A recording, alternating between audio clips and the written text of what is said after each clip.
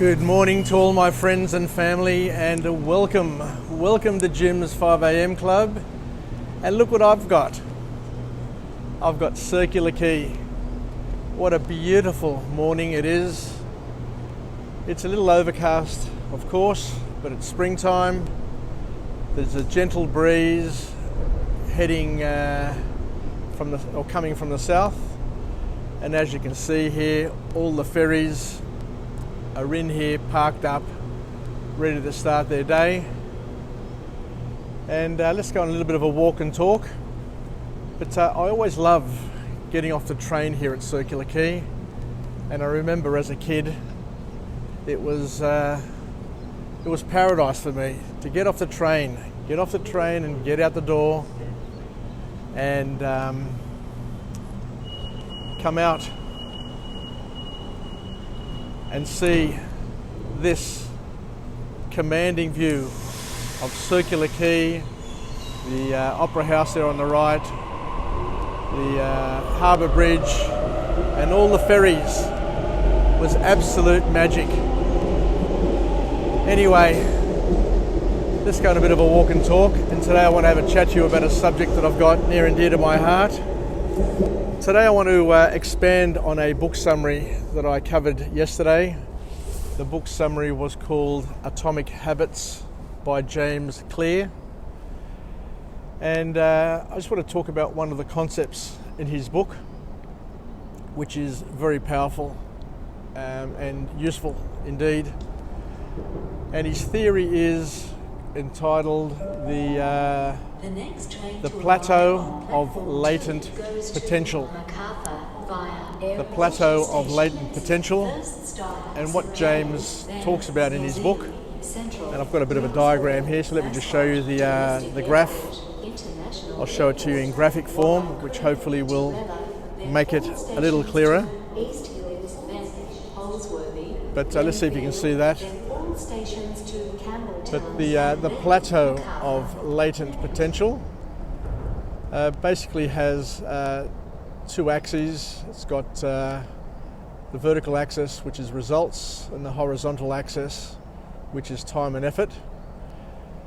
And what we've got is when we're doing things, when we're planning to do things in our lives, now we've got a perception in terms of how it's going to work out, and that perception basically is a pathway, and that pathway generally for most people, or most inexperienced people, is that it's going to be an incremental path. The more effort you do, and over time you generate better results through experience and through improvement. However, as James Clear points out in his book, is that life never turns out the way that we've planned it. And in actual fact, what happens is there are disappointments along the way. There are roadblocks, there are detours, so things don't quite work out. I've got some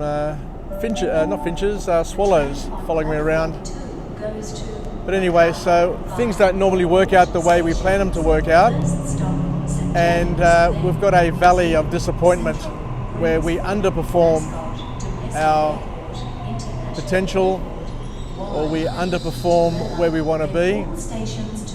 And then all of a sudden we get to a point where we hit the plateau of lateral potential, and then the results start exploding upwards, and we get a lot more results than what we ever thought we'd get. And if we stick to something for long enough, we will most certainly get a tremendous improvement and outcome, as indicated in that chart and that graph. So let's continue the discussion and walk and talk. So it's all about reality versus perception. You know, our reality sometimes doesn't match the map we have in our minds or in our brain in terms of how things are going to work out. The map that we have in our mind is our perception, and generally when we look across everything, every aspect of our lives, our experiences, the people around us, the view of ourselves doesn't always match the map that we have in our mind. And in many ways, sometimes our behaviours don't match the map that we have in our mind. But what we've learned is if we stick to something for long enough, if we have the right habits and we repeat those right habits day in, day out, and I'm talking about the habits which we know are propelling us incrementally in the right direction, that sooner or later the results will start flowing. And not only will they start flowing according to this theory of the Plateau of latent potential, but what they're saying is that once we hit a certain point, once we hit a certain momentum, then the results will be manifold, will be multiplied, will be amplified. So the trick is to stick to things. To the young people listening, it's important to have goals, it's important to stick to them, because by sticking to them, sooner or later, you're going to get massive results. But here's the trick. A lot of people give up far too early. And it's only through sport that you see the importance of sticking to it. And as they say, it's never over until the fat lady sings. You know, on many occasions I would have given up. You see tennis matches, you see soccer matches, you see lots of games. And it's only in that last couple of seconds that that try is scored to level the match, or that goal is scored to take it into extra time.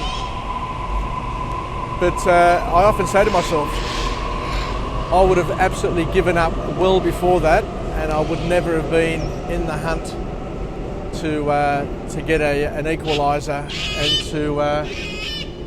and to get to the point where I'd get another life. So how do we use this? How do we use this in our daily lives? I guess the importance of this theory that James Clear comes up with is to stick to things.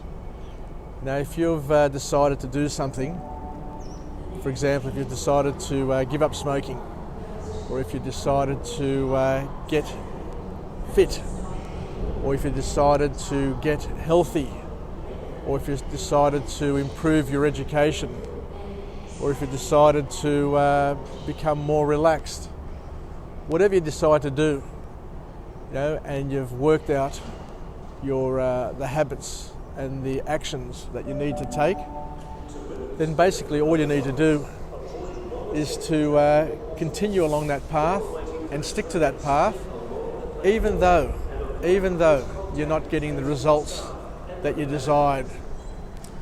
Because what we've learnt in our lives, and what we'll continue to learn in our lives, is God's delays are not God's denials. And there's a lag time. There's a lag time between action and outcomes.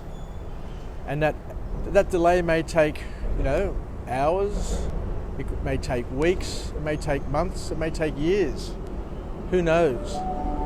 But your responsibility and your accountability is to stick to it for as long as it takes to achieve your ultimate outcome. There's nothing more I can say other than to learn to stick to things, but you don't have to stick to it forever. You don't have to stick to it even if it's not delivering you satisfaction. You can change your mind. You can change your mind at any time, because as we've said time and time again, the ball is always in your court, and you can either decide to smash that ball back, to grab that ball, to put it in your pocket, to take it away. You can do whatever you want. But once you've decided to do something, and it's something that you really, really want to do, then the law of the plateau of latent potential, gives us a roadmap, gives us other people's experience, and shows us that if we stick to it and we do it and we follow the recipe time and time again, then chances are, it's not guaranteed, but chances are that we'll end up with the product that we desire. And not only will we end up with the product that we desire, we'll end up with multitudes in terms of volumes, a lot more than what we would have ever expected. But it takes time, it takes patience, and it takes stickability and bounceability, because you're going to fail along the way. You're going to get outcomes which are going to puzzle you. You're going to be scratching your head saying, that's not what I expected. But that's life. Life has got, salt and pepper. It's got ups and downs. It's got ins and outs. It's got joys and sorrows. But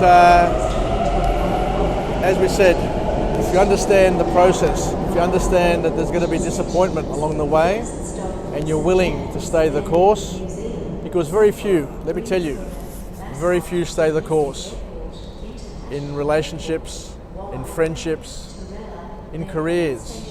Everybody gives up far too early because, I don't know, people get in their ears, they get into their own ears, they become their own worst enemy.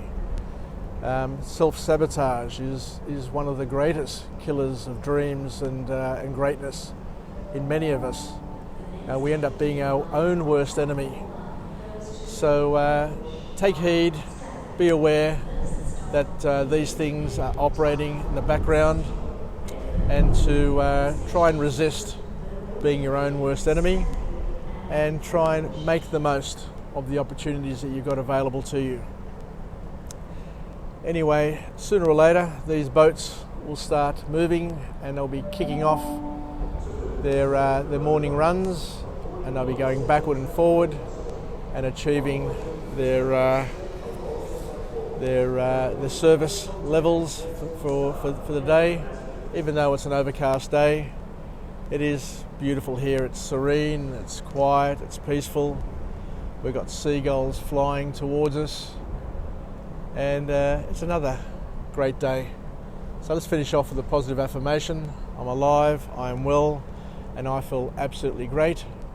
To my friends and family, stay connected, stay relevant, and most importantly, let's take a leaf out of James Clear's book on atomic habits and understand that there are laws, there are natural laws that govern outcomes, and we need to understand that our map of the world is not going to always correspond with the realities that we're going to face along the way, and we're going to have disappointments. We're going to have to go backwards or go down in order to go forward or go back up. So remember, there's a valley of disappointment that accompanies us on every path of achievement, and we need to be ready for it and to embrace it, and to know that we need to keep the momentum going to get over that hump, because once you go down into that valley of disappointment, you need to have the energy, the foresight and the aptitude to push forward, to climb back up, because once you get over that hump, then the ride is, or should be, incredible, and the results, as we said, will be more than what you ever dreamed of.